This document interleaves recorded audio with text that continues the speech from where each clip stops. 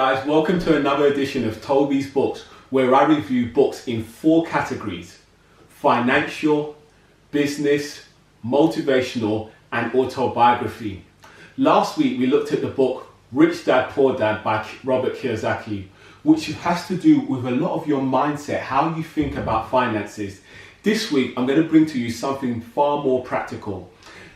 This book is called The Total Money Makeover by Ramsey. I've not only read the book, but I've listened to the audio. And one of the things I love about the audio is Ramsey actually speaks in the audio.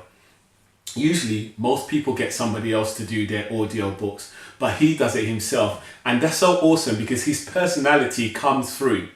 So we're going to review 3 key points in the book. Before I review these key points, what I have to say is that you need to follow the book step by step. You cannot actually miss one of the points. So you have to go from 1 to 6. 1, 2, 3, 4, 5, 6. You might be 60, you might be 50, you might be 40, you might be 30, 20. It doesn't matter. You need to follow it systematically, step by step, from 1 to 6. So let's go. Step number 1, you need to save £1,000 quickly. I love this step so much. And the reason why this is an awesome step is because that creates a buffer zone for you where you feel a bit secure. Ramsey says the reason why you want to save £1,000 quickly is because step number 2 is called the debt eliminator. But in order to remove your debts, what you want to do is to save £1,000 very quickly in case any emergency happens in your life. So step number 1, save £1,000 quickly.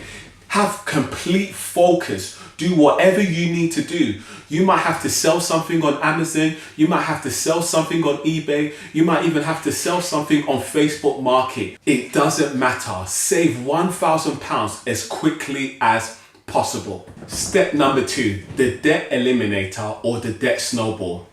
Guys, this is one of my favorite techniques for getting out of debt, and this helped me. All I simply did was list all my debts from the smallest to the largest, really from maybe 1 to 10. And then I started eliminating all my debts, number 1, number 2, number 3, and number 4.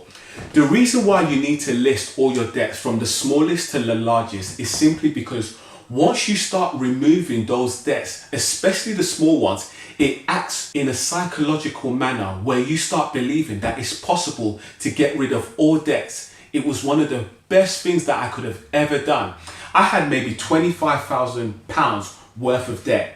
Within the space of 5 years, I was able to eliminate every single one of those debts. And the debt eliminator or the debt snowball was the technique I used. Guys, I want you to be really focused. If you're in debt now, you've got loads of credit cards that you're maxing out. I want you to cut those credit cards out. If you can't cut it out, all I simply want you to do is break it, put it in a Coke box and put it in the freezer. Get super focused, get serious. Debt is working against you. Like compound interest, which sometimes work for people to their benefit, debt works against you. All that would happen every single month is that I would get a letter from one of the credit card companies and they would tell me how much I owed them.